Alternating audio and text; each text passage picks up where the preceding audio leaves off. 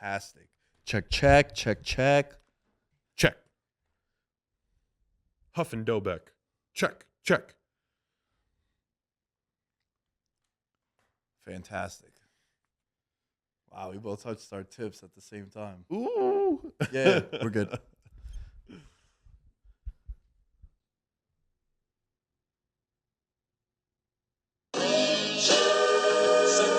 Yeah. With a message for my people. Nick Dad, baby. We the new label. Yeah. Come on. Yeah. Come on, son. Now this the black sheep sticking it to him. I need a crib like I'm Gatsby. I need Nigga it. in hand, just understand my Pockets that deep. with nothing to prove. I ain't got nothing to do when they can't compete, and I got nothing to lose. You know, told me I'm the We're one back. that's gonna We're back in the building. Veterans Minimum, the #1 sports betting vibe on the internet. I'm your host, Nick Deus, at Nick Deus. And as you can find me, all things Veterans Minimum are at Veterans Minimum. George Carmona, I'm sighing because I have a bone to pick with you, sir. But welcome to the show. We'll get into that in a second. No. Let's pick the bone. Let's pick the bone. People know who I am. Yeah. Shout out George. Always fun having George in studio. Always having fun having George on the show. I'm a little rattled right now because the Celtics put the Mavs away, and I feel like it's your fault. Explain to me how the Celtics winning championship number 18, Nick, is my fault. So Explain it. You gifted me right before the NBA Finals started. You gifted me a number 11 Celtics Kyrie Irving jersey. Yes. And I feel like that was like a reverse jinx on your end. It was like you put a hex on me. Yeah, like this was a curse. Like I had the jersey cursed. I handed it to you. There was a moment here that affected everybody in the world. And I'm here to tell you that I did, dude. Austin, a good friend of ours, he has a show, Bizarre Junkies, and he's always hanging out with spiritualists. And so I took it to a hoodoo specialist, and the hoodoo specialist placed a curse on Kyrie Irving in particular. So that does make sense. But the curse didn't affect you, right? Your life's been good for you? Life's been great, man. No complaints. Everything's There good. we go. Yeah. But, that was an extra $2,000 we could have won if the Mavericks would have won the series. But Yeah. I mean, so I do somewhat feel bad about cursing you on that. But I'm here to tell you that I actually won $4,000. whoa. And so I'm here to gift you $2,000. Nah, I think you're lying. And I wouldn't be able to accept that, too. Yeah, no, I'm 100% lying. I'm lying about everything, bro. I mean, can you imagine if I would have known that it would have been a curse and then I just took my entire paycheck from last month and just said Celtics in 5? We'd be pretty fucking rich. Hey, by the way, we'd be pretty rich right now. you did say Celtics in 5. You were emphatic about. You're like, bro, shut up. Celtics in 5. It's gonna be easy. Oh yeah. And look, man, I'll be honest. When the Mavericks lost Game 2, Mm-hmm. it was GG's, as the youth says. It was over. It was over after Game 2. And we've had this conversation lately, more so in team sports that have series, whether it's baseball, hockey, basketball, right? NFL, obviously, it's single elimination. Mm-hmm. But we've always had the conversation, and it was great to have it be relevant now, where I'd ask you in any of those sports, hey, man, are you ever watching a game, and it might be and it's usually game 1 or 2 of the series, Yep. and a team loses it, and you're like, bro, it's a wrap. Like, even though, it's not a series until the road team wins. I get all that. But when the Mavericks lost Game 2, the Celtics, I think, went into halftime 3 of 15 from 3. Mm-hmm. And they were still up 3. It's 54-51. Yeah. I remember, because I had a lot of money on this, obviously. And I just remember watching that. And I was texting one of my buddies, shouts to Dunbar. He also hit Celtics in 5. He's been on the show in the past. And I just felt like right then and there, it was a wrap, bro. It was a wrap because the path for you to beat a team like Boston, who, by the way, one of the best seasons a team has had ever. I think people are not really giving them their roses because they didn't have Butler in Miami. That is, Giannis was hurt, Dame got hurt, Pacers lost Halliburton. The New York Knicks had all these guys hurt. Then you look at it, bro, they lost 3 games in the playoffs. Yeah. They went 16-3. Yeah. They were like 81, I think, and 21 on the year, like the whole year. Like this team was a buzzsaw. So when you lose, because you knew you were going to get one of those shitty shooting performances from the Celtics. Eventually, right? Yeah, Numbers play in your favor. Right. And you got that in game 2. And then when you lose it with the Mavs, you're like, bro, like even with KP coming back in game 1, and I know we're going all the way back to the start of the series, but even game 1, I'm like, all right, if game 2 early on looks the way game 1 did, I'd be concerned, but it didn't. And then you have just the awful 3-point shooting for Dallas also that couldn't capitalize on Boston. And I know I was long-winded. I know I've been rambling a little bit, but it was really cool to see us talking about teams losing a series early on and then it coming into fruition. Yeah, I almost wore the shirt today because it's fitting. You know, everybody has a plan until they get punched in the mouth. And that's the situation that we're talking about. When a team gets punched in a series that, you know, they struggle to come back from, or, you know, you can really see the chinks in the armor, so to speak. We saw that pretty much all throughout the series, but more importantly, game 1 with Porzingis, I think you made an Instagram story saying like, well, it was good while it lasted, because although KP didn't have a good rest of the series, he ends up getting hurt again.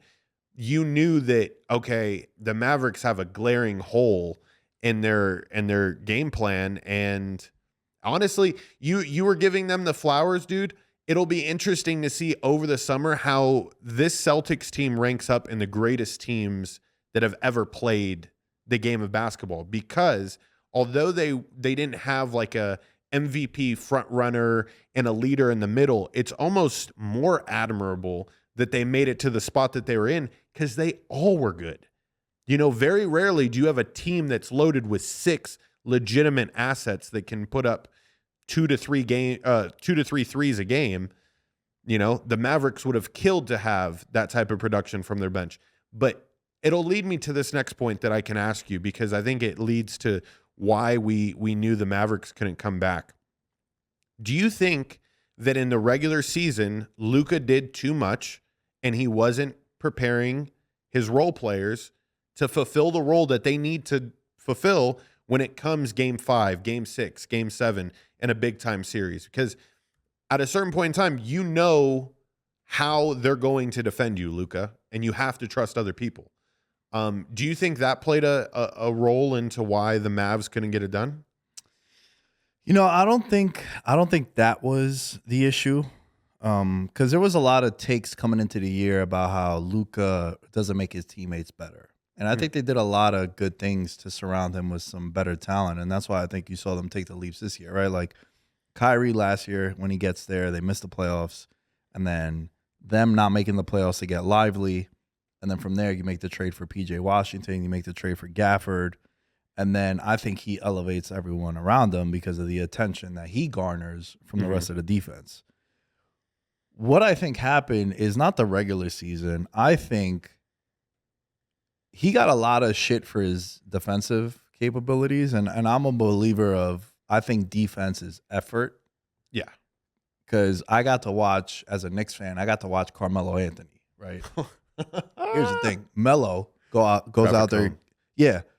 However, traffic cone. But when he wanted to, when Melo would play against LeBron, Yeah. when he would play against RIP Kobe Bryant, when he would Paul play Pierce?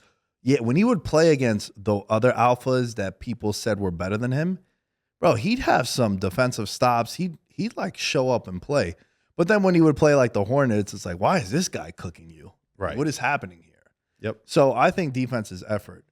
Luka in the Clippers series, I had made a post saying that, you know, there was a post, how Luka as an on-ball defender against Paul George, Kawhi, and James Harden, they were shooting like 23%. Wow. And it was like an underrated thing. Yep. And then he gets hurt. And I think when he got hurt, the team realized, and again, this is all speculation, but I wouldn't be surprised if the team's like, yo, bro, fuck defense.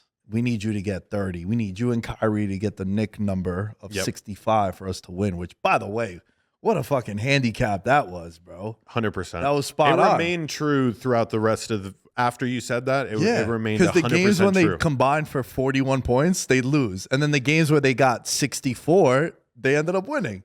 So it was a really good number there. But I think he got hurt. And then, yeah, it could be the wear and tear of the whole regular season. Right. Plays into it. But, okay, so to go on to this whole defensive thing, because I watched on TikTok this morning a compilation of Luka getting blown by in the last 3 games. And it is 100% an effort thing. But at the same time, the way that they were choosing to guard the Celtics, to me, was just not effective. You know, like you can, in the NBA, plan to allow blow-bys. You know what I mean? By pinching at the high post and doing a whole bunch of things that make it uncomfortable, but takes less pressure off of Luka. Do you think that Jason Kidd has the abilities to get everybody else involved? And do you think you were impressed with what he did this year with the Mavs? Yeah, I think getting Kyrie and Luka to coexist and getting Kyrie to do a complete 180. Right, the characters to bond. Yeah. I mean, bro, like, look, man, a lot of people were taking victory laps on not victory laps, that's the wrong phrase, but they were, you know, the popular thing now on social media is like, keep the same energy on. Right. Like now you're praising Kyrie where, you know, 3 years ago it was a piece of shit. Like everyone hated Kyrie. And it's like, well, also 3 years ago, he wasn't playing as well as he's playing now. Mm-hmm. And like he went to Dallas. Seems like they welcomed him with open arms and it changed the whole complexion of the team. So I think Jason Kidd did a above average job. I think he surpassed expectations. I mean, hell, the team did. They went over their win total. They got to the finals. We shot that video back at Sticky Paws with Josh on that segment, and they were 40-1 when we gave them out. And shit, man, if you tell me you give me a 40-1 play and they make it to the championship, I can't be mad at you there. 100%. Right? Because you could cash out if you want to, and you're into that, and you wear 3 condoms. You could let it ride. But also, if you were to bet the Mavericks at the start of the NBA Finals, it was plus 180 as opposed to 40-1. So that's where the future markets comes into play and why sometimes you should pull the trigger and for sure take it then, right? So I think Kidd, look, man, we don't know also is another thing where we don't know if Mazzulla is the next guy.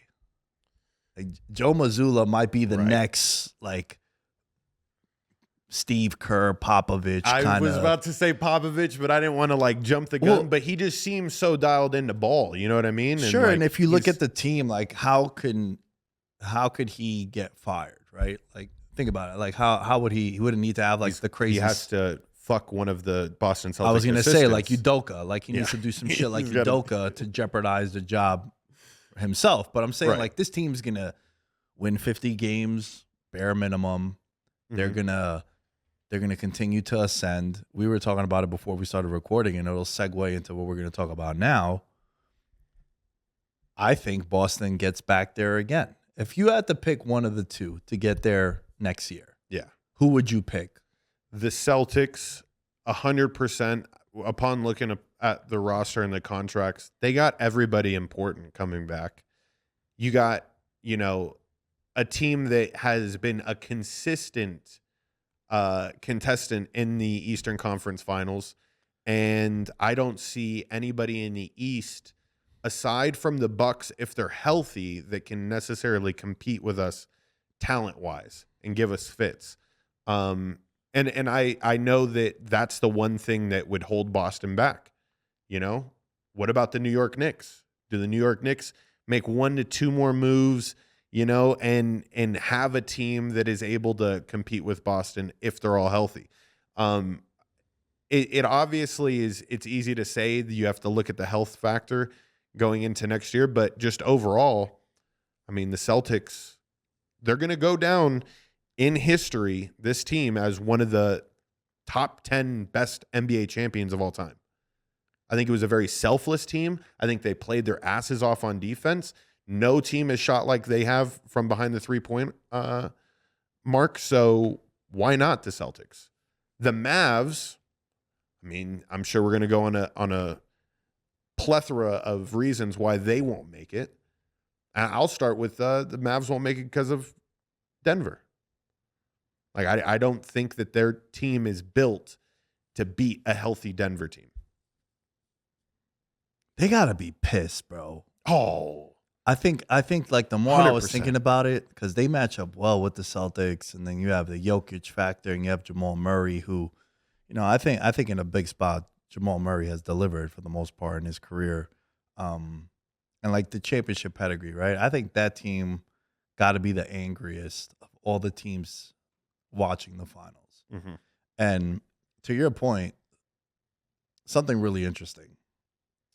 And we were talking about it with Wayne. Shouts to Wayne when we were doing the NBA Finals preview. I find it hard to believe that the Celtics aren't going to at least go back to the finals next year. Mm-hmm.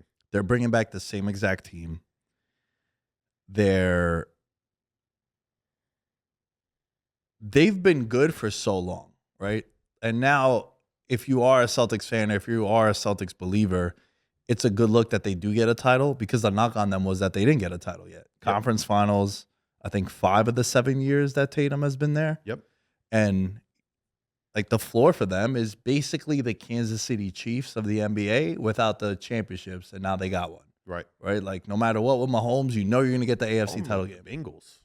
What's up? You call them like the Bengals. Ooh, Bengals is good too. Because they've been knocking ever since Joey B's been there. They've been to Wow. one. And then if you think about and it, then the Bengals win one this next year. yeah, that could be a really good comp, because the Bengals went to a Super Bowl.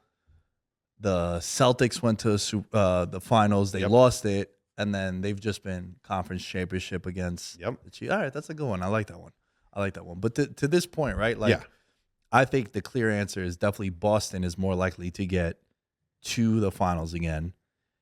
I think they are the rightful favorite to win the finals next year. And then if you look at the odds, it kind of says the same thing.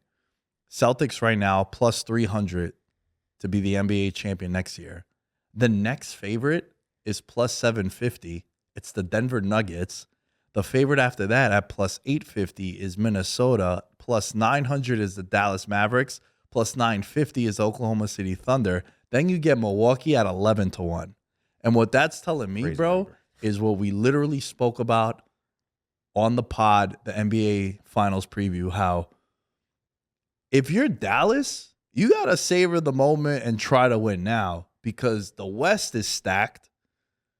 A lot of things went your way also. Like, I don't think they were better than the Thunder, but they beat them. I don't think they were better than Minnesota, but they beat them. And then they weren't better than Denver, but Minnesota beat Denver. Yep. So a lot of things fell your way.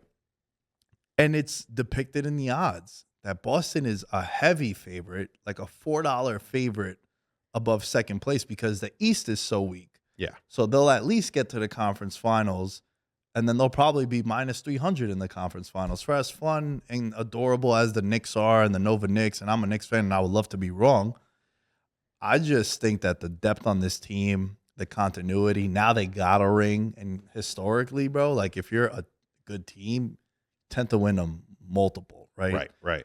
And I just think if you're Dallas, you're pretty devastated, dude, because it's not a layup that you're going to be back here again. Yeah, I mean, what you had brought up a comp to me, and I thought it was perfect, but the Oklahoma City Thunder of 2012. Go into that, because I mean, I know they had the plethora of superstars, but here's the thing. You need to capitalize when you can and when you do get there, because the Thunder are like the prime example, right? The Thunder, they lose in 5 with Scott Brooks as a coach. They have Durant, Westbrook, Harden, Ibaka, and they're all like under 24. And you're like, oh, bro, we'll be back. We're going to get one in the next decade. And then guess what happens? You don't get anywhere near again, right? Obviously, 2016, you had the moment where you blew the 3-1 lead against the Warriors. But, man, you look at history, bro. Like, hey, in 2009, the Magic went to the finals. They haven't been back since. And I know they weren't the same team. They weren't all young guys, but, like, Dwight was at his absolute apex and he was in his prime. right. you start scrolling down. We mentioned the Thunder that we talked about, right? And then But you had you the could runs. toss the Lakers in as of recently. They at least capitalized on their moment. Right, they capitalized on their moment. Raptors capitalized on their moment. Yes. The Suns, you're like, bro, Devin Booker's a young buck. Like, we're chilling. We got Mikal Bridges, and then in 18 months, Mikal Bridges is off the team. Chris Paul gets traded. You have new ownership because the owners are racist, so you had to sell the team, and a new guy came in. Like, you had all this turnaround. You fire the coach, get a new guy in, like all this chaos, and then hell, Miami, the Heat get to 2 finals. Didn't capitalize. They didn't capitalize. But again, the infrastructure, like, they at least got back to it. But what I'm saying is, there's no such, like, bro, Carolina Panthers, 2015, they make the Super Bowl. Like, bro, Cam is in his prime. We'll get back here. Nope. You just had the number 1 pick. You probably have the worst roster in football. It's hard, man. When you get to a championship, you gotta, like, there's no, we'll get him next year. Like, our team is young. You just never know, dude. And that brings back my point, okay? Because you said Jason Kidd did an amazing job of blending together Kyrie and Luka's personalities. I give you props to that because, I mean, that to me, I was glazing over that fact to just highlight, like, does Jason Kidd have the tools to build a solid roster of a lot of talent that they can rely on in big-time moments? And I think the moment got too big for Derrick Jones Jr. I think the moment, you could say it was pretty big for Derek Lively. He's really young. Tim Hardaway Jr. didn't have a point from, I think it was like May 18th. Yeah, May 18th. Bro, all the comments on TikTok were like, bro, you haven't scored a bucket since May 18th. Like, what? Because nobody showed up to the open shoot around. Everyone was commenting that shit. So, like, do you have what it takes now to work with your front office to build kind of like what Boston has? But the main thing is you need to build a vehicle in which to beat the Denver Nuggets. And I think, looking at their roster, there's a couple of pieces that I think that they can add. Tim Hardaway Jr. is on a contract that I think is pretty expendable. And you have a young kid that got a lot of time out of Vegas, the Jaden Hardy kid, who, like, you can tell, like Jason Kidd was saying, hey, I'm going to give you these big time moments now. Next year, we're rocking with you. So that could be a fix there. But, they and a lot of the teams that we just listed, there's a disconnect between the coach and the front office. I think in every one of those situations, you can find a case of that somewhere. And we'll see. Because if they do make it back, I mean, that's pretty electric, right? I can't imagine what the odds would be to put in an exacta right now to get both the Celtics and the Mavs in the finals. Could be a nice little bet. Could be. I mean, shit, you had the Cavs and the Warriors went to 4 straight together. God, dude. That was crazy. It's kind of a shoe-in, too. Like, I remember looking at those odds. It was like plus 400 for it to be the finals. And I'll always be like, oh, bro, like, is it even worth it? And you're like, yeah, it is, because it's going to hit. Like, dude, I got so bored with basketball back then. A lot of people did, bro. I was over that shit. That was around the same time that I feel like it's one of my stronger takes. And I know it's weird when you're always like kind of talking about yourself, but I remember when Durant went to the Warriors, I felt like, at least, and then talking to people that are in media that have been covering basketball for 15, 20, 30 years, that I've been able to build like relationships with, they agreed with me that it was around that time that people really put an emphasis on the MVP trophy. Like every week it was like, who's the MVP? Who's the MVP? Because they needed to create storylines to keep you interested, to keep me interested. Not the person that's going to watch basketball anyway. Right. But there was a major majority of people that were like, yo, I'm not going to watch this shit. It's going to be the Warriors and the Cavs. And I'll watch once it gets to the finals. Yeah, once it gets to the finals, I'll tune in. Yeah. Yeah, but I'm not going to watch the regular season. It don't matter. And there was a lot of people that felt like that. Hell, the dudes I used to do the show with felt that way too. They're like, bro, I hate talking about basketball. Like, I don't give a fuck that DeMar DeRozan and the Raptors are in first. Like, it don't matter. And I was like, yo, I get it. But the NBA did a really good job of creating the storylines, and it just so happened to coincide with Durant leaving. Westbrook is getting a triple-double every night. Harden is doing this thing in Houston. And that's where I feel like MVP has become such a major talking point, because now I feel like it's like a segment blocker, like once a week on any talk show. It's like MVP ladder. Let's discuss. Right. And then it started to trickle down into other sports too, which is not a bad thing. Yeah. I think it's compelling. I think it's interesting. I think the MVP lets you know who's having a really good season. But a lot of people, to your point, man, felt that way. Yeah, I to go back to the whole like MVP talk, it's amazing when you see a good entertainment company, because the NBA is an entertainment company first. It's a basketball association second. Do you agree with me on that? Sure. And I think all sports kind of operate in that. They're entertainment first, and then they are their profession that they're representing second. I think the WNBA, and I don't want to curtail it, but like they're starting to finally realize it. It's fun to see different organizations and franchises start to embrace what Vince McMahon created. Yes. A long time ago, Bro, my friend. everything is It's wrestling, all bro. WWE. Everything is It is. wrestling. All right, it's not scripted, but you know why the WNBA has also got a lot of attention too? Obviously, this rookie class, people have been covering them in college, which it's a good feeder system, college, especially when you have these girls that have been there for 3-4 years and you have a rivalry. Bro, it's WWE, it's wrestling. Like, this is what wrestling fans like. It's storylines. You have the baby face and Caitlin Clark. You have Angel Reese, who's like, yo, don't forget about me. What's up? Flagrant foul. Clothesline. Over the head, fucking JBL clothesline on you. Clothesline from hell. And she comes out and like all the girls are talking shit about her. What does that do? It creates buzz. It creates storylines. It's wrestling, bro. You have a bad guy. Right. And you have a good guy. And you always, the good guy, it's always way more compelling when they're on the chase for the title. Yes. When the baby face gets the title, you're like, oh, this shit is getting boring. But it's the pursuit. And that's what you see. That's what you see in all sports, bro. The Warriors became a villain. They were the bad guy. Like, yo, fuck Golden State. Let's all get behind LeBron and the Cavs and whoever else is playing them. We love Houston shooting 97 threes a half and hopefully 20 go in and we win the game. But that's the thing. Like, you create storylines. You create a villain. It's literally wrestling. It's WWE. In the UFC, you like, I don't know if you like, not you per se, but like, you know, Colby Covington. Why did he become popular? Like, he's a heel. He's a dick. He's a bad guy. Yeah. Right? Yep. Chael Sonnen. John Jones to a certain extent. John Jones to a very major extent. Oh, major extent. Yeah, we're trying to be polite. But yeah, he's but crazy. it's like, that's what makes, why was Habib and Conor the biggest fight in UFC history? Because you had the villain that crossed every single line in the book. And then you had the guy who I think he became the baby face when people were like, can't really talk about people's families and wives and kids and religion like that. Right. Conor, you're kind of an asshole. But again, heel versus babyface. It's the oldest tale in time, bro.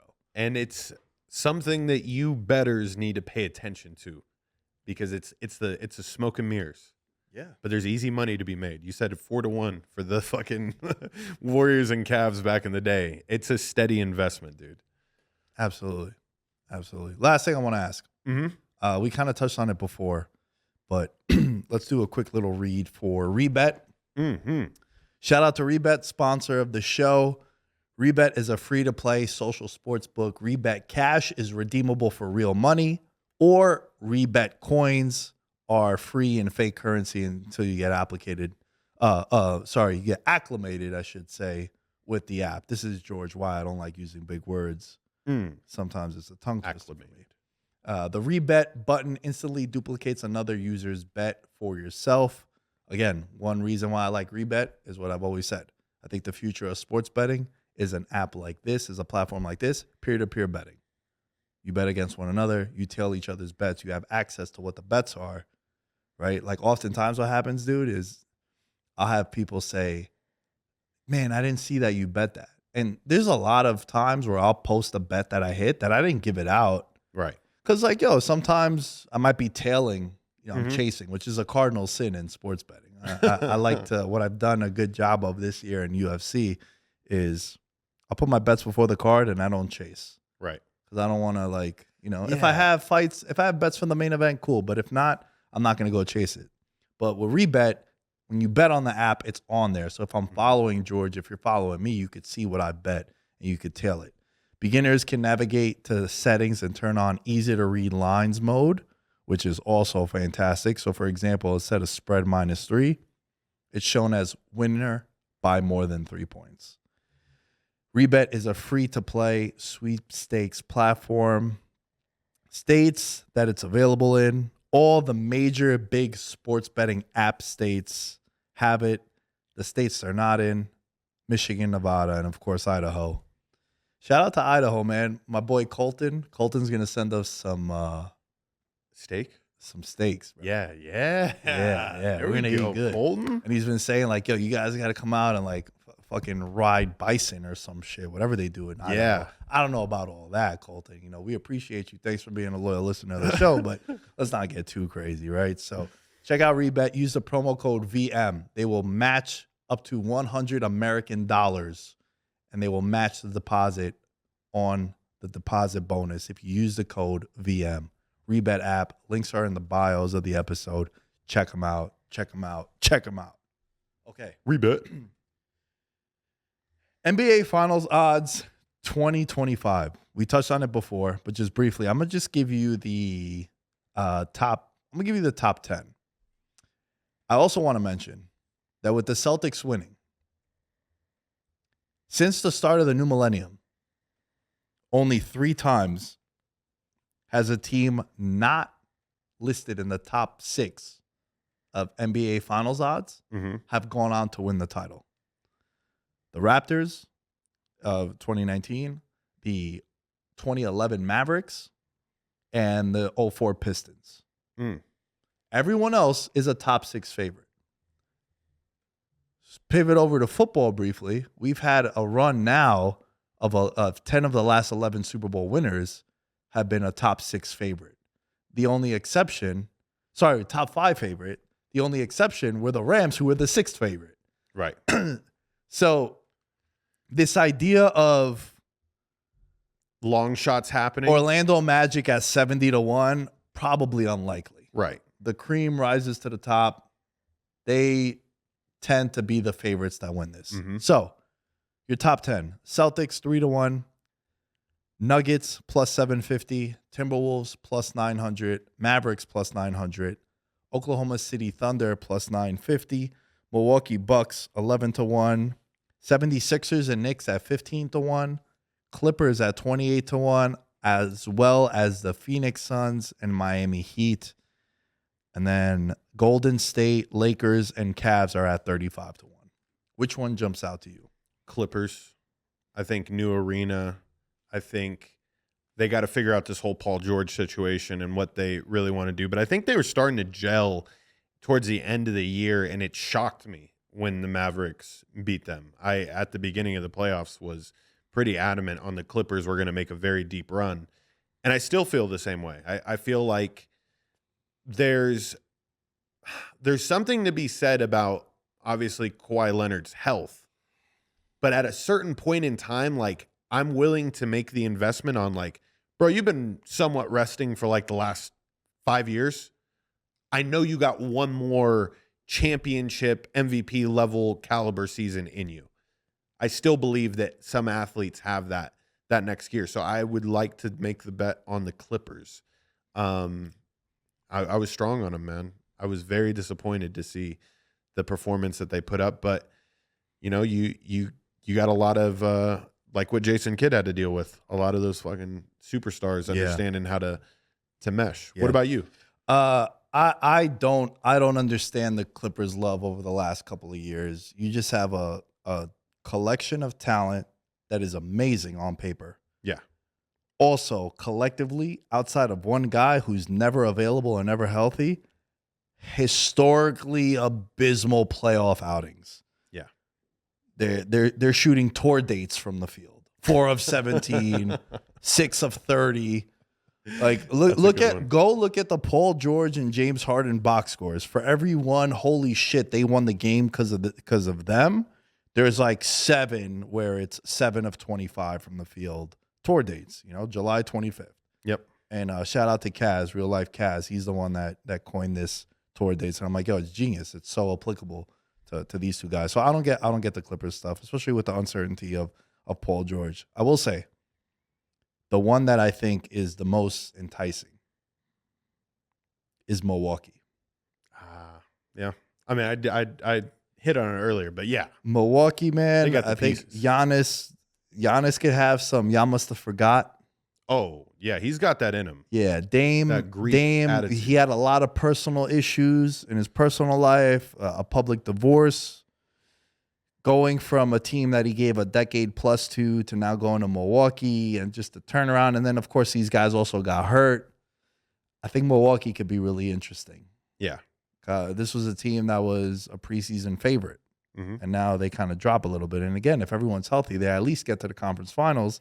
And then look, man, you got Dame, you got Giannis, you got guys that could steal games for you. So I think the only other team outside of Boston that I would take would be them. But the team that I really like, man, and I feel like they made the natural progressions of, look, last year they overachieved. They got a guy that's an all-NBA guy in SGA. And then this year, to get to round 2, they were a top seed. Chet, Jalen Williams, Dort, SGA, of course, the head coach. You get that experience. Yeah. Thunder plus 950. I think that one is very nice. Damn. That actually might be my, aside from Celtics Clippers, do like a Celtics Thunder. Celtics Thunder, bro. Yeah. That's what I say we do. We do a joint venture on a Celtics Thunder. And around this time next year, pants are coming off in the studio. It's a fiesta. I've taken the shirt off. The Yeah, pants you have yet have. to come off. You have, yeah. We got to save that for Listen, a if special, England that wins Patreon. the Euro Cup, I'm doing the whole show shirtless. That's baller. I'm doing the whole show. You should paint. Brian just looked over at me. You We're gonna should have to paint put the the- blinds down, I'm assuming. But yeah, I might also be. You just paint. I'm gonna be tanked. I'm definitely gonna be tanked. paint your chest red and Yeah. white. I think that'd be great. Everything might go down the drain if England and Colombia win the 2 cups. Oh yeah. I think everything I've Well, built, didn't you put in like a parlay to win you $97,000? maybe. I saw that. I like, bro. Whenever you post shit like that, I'm like, this is some mad childish shit right here. All I'm 'Cause saying is I did that's take a drive nuts. over to Arizona to put in some futures. So yeah, it could be fun, man. It could be fun. But let's put a bow on this episode. George, this was fun. Yes. Hats off to the NBA. Rather lackluster playoffs, but I think they had some compelling matchups, some good games. Maybe not the series, but a couple of games were good. But yeah, it's going to be fun. Interesting offseason. We got Summer League coming up. You know some big name is going to get traded because it happens all the time, so it's going to be exciting to see. As far as I go, at Nick Day is 10 as you can find me. All things Veterans Minimum or at Veterans Minimum. George, where can they find you? Instagram at Mr. George Carmona. Boom. That's it. We'll catch you guys next time. In his element, I'm a gold medalist, bronze like your medal is. So many deer in headlights, but it's bedtime. Hear that supper bell, main course be the venison. Dab, most dangerous game. Either kill or be killed.